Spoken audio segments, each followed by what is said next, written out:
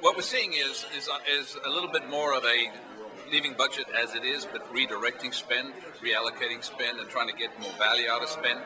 So in most cases, we're seeing 4 to 6% on average is the allocation, depending on the industry sector, depending on margins, and depending on the need for more investment in driving acquisition or engagement with the company. Most companies are reporting they're spending around 10 to 12% of their budget on digital. Digital, of course, has, technology today is pervasive across all areas, and a lot of traditional media are technology driven. So if you're doing, an ad buy with a cable network, you're also, getting a multi-screen buy because they're going to have their website, they're going to have their mobile, video offerings. So, in some respects, it's hard to make digital a separate unaligned part. There's also the buried cost of your owned media channels, which is the websites and so on, which tend to be allocated internally and maybe often to the IT sector. But we're definitely seeing a shift of dollars towards the effectiveness of digital in the sense of immediacy, ability to be more flexible, adaptable, more trackable, more measurable, more actionable. And I think this coming year you're going to see a huge shift of dollars towards the mobile channel as more and more people become device-centric, device dependent. Sophistication of those devices increases. The broadband capacity of wireless networks improves. So you'll see more and more shift towards real-time, on-demand interaction and personalization of communication through handheld devices. Well, clearly the marketers that are looking for infrastructure spend. So the emerging high-growth economies, particularly in Asia, you'll see, of course, China is a big swallow when it comes to potential business opportunity. Many of the traditional, what I've heard in my interactions in Asia, is a lot of companies are eyeballing China, but they're finding it, a very difficult, complex, complicated market to get into. India, of course, has a little shorter term opportunity. It's a little more language friendly, a little more easier to get into India, although India as a market has vast complexity.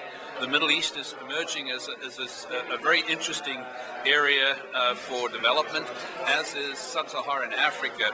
And Sub-Saharan Africa in particular, we're talking here about Nigeria, Tanzania, Senegal, Kenya, that being more West Central East Africa. Southern Africa, of course, is very stable, and it's a growth area, and a lot of geo-expansion is coming from companies that have got a bridgehead in South Africa, are looking to expand across the continent. In Latin America, of course, Brazil coming up. In the next few years, they'll be hosting 2 mega sports events, the World Cup, Soccer Football World Cup, and the Olympics. There's a lot of good vibe coming out of Brazil. Their commodity export markets are growing tremendously, so they have a lot of opportunity. So I think really the focus is Africa, Asia, and Southeast Asia in particular, Malaysia, Indonesia, Vietnam. These are interesting go-go markets that don't get as much attention, but their infrastructure build requirements are huge, and in most cases are being satisfied by Japanese, Korean, and Chinese companies. So the folks that are the first movers in those emerging markets tend to come actually out of Asia themselves. And even in Africa, we're seeing Indian companies, Chinese companies, Japanese companies, Korean companies really jumping ahead. And they're willing to take risk. They're willing to compromise in how they do business. And there's a huge, I think the American and European companies are going to be hard-pressed to keep pace with what's going on over there. There's definitely a new type of CMO coming into organizations, particularly in B2B organizations, because of the complexity of marketing and B2B, multi-tier distribution, the need for greater focus on product innovation, product development. So, better alignment with the different, consumer products. It's a cookie cutter, out they go. But with business systems, business products, there's a lot of hand-holding, there's a lot of need for customer co-innovation, a lot of need for aftermarket support, a lot of need for building channels of distribution and delivery and support.